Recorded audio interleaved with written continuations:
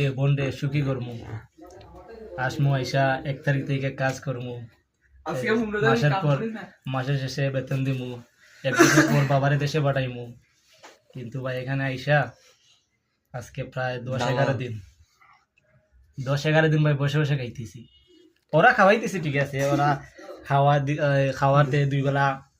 এরপর বলতেছি আমি এরপর থাকারও জায়গা দিছে আমাদের খুব সুন্দর একটা থাকার জায়গা মানে ধরেন কতটুকু বলবো 5 ফিট বাই 4 ফিট এক রুমের মধ্যে আমরা 10 জন ভাই এই রুমে 10 জন মানুষ কিভাবে থাকে ভাই যাই হোক অনেক আলহামদুলিল্লাহ যে একটা রুম পাইছি যদি না পাইতাম তাহলে কি করতাম আলহামদুলিল্লাহ এরপর খাওয়ার দিকে নাই যাই ভাই বেঁচে থাকার মতো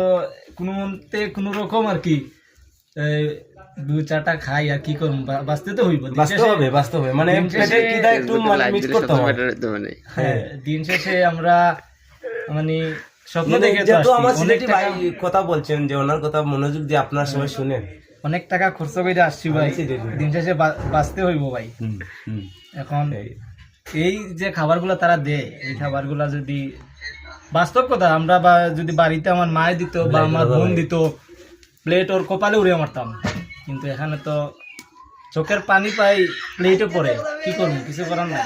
খাইতে হইব বাঁচতে হইব এটাই ভাই প্রবাসী জীবন যাই হোক এই সিরিয়াস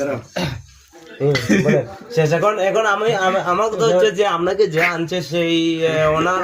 বাগনার কাছে চলে যান উনি মামুর বাগনার কাছে ভাইয়া আপনি একটু চলে যান সিরিয়াল শেষ বিস্তারিত শেষ কথা ভাই আমি বলে ফেলি যে আমরা যার মাধ্যমে আসছি ওরা বলছে যে আপনাদের কাজ ওকে আপনারা যাওয়ার পরে আপনারা কাজ করবেন 2 তারিখ থেকে আপনারা কাজ করবেন 3 দিনের